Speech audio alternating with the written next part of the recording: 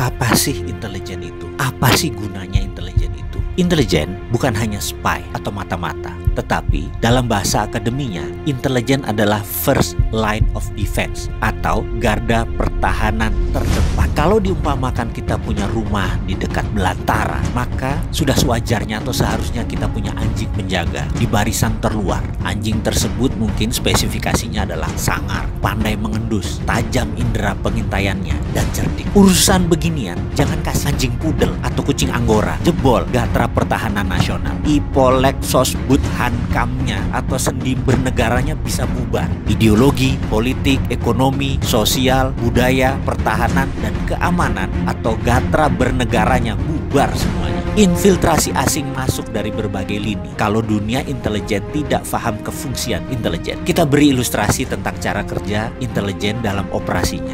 Misalnya ISIS. ISIS adalah produk intelijen. ISIS adalah hornet nest-nya Israel, Amerika, dan Inggris. Apalagi itu hornet nest? Hornet itu lebah yang warnanya kuning hitam dan sangat ganas. Nest adalah sarang.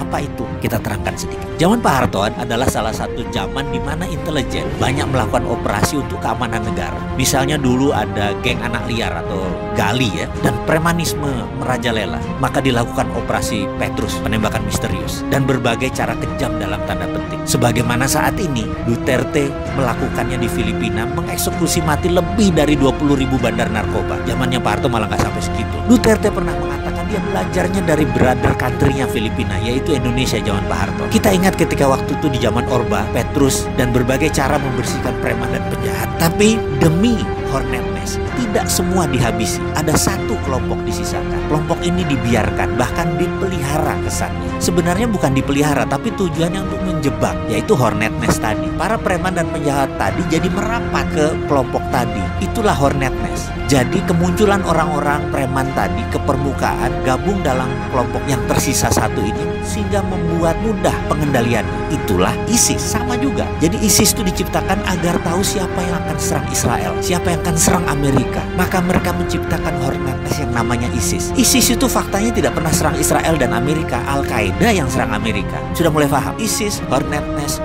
buat gembosi mereka yang akan serang Israel dan Amerika. Bahkan ISIS menyerang sesama muslim atas nama ideologi. Ini kalimat penting, atas nama ideologi. Ideologi ISIS itu sebelum ISIS dibentuk, ada 18 doktor ilmu agama yang mendesain agama ISIS tadi. Salafi jihadi versi baru. Doktrin ini kemudian disebar, dipasang, dimasukkan ke pentolan mereka, dan jadilah hornet nest yang bernama ISIS. Ajaran itu dalam gatra pertahanan negara masuk kategori ideologi, dan itu berbahaya. Ideologi itu strategi perang. Dalam strategi Duterte atau zaman Pak Harto, kita memakai hornet nest. Dan memang banyak yang mengeluhkan mengenai HAM, hak asasi manusia atau human right. Terkadang dalam masalah kebangsaan dan bernegara, kita emang harus ketemu di tengah. Kita harus buat jati diri bangsa kita yang baru, agar kita tidak terkoyak-koyak. Maka sekedar bertanya aja nih, saya yang bodoh ini, saya yang sontoloyo ini, tinggi mana sih human right dengan nation right? Yuk ke depan kita tata ulang negara berdasarkan nation right.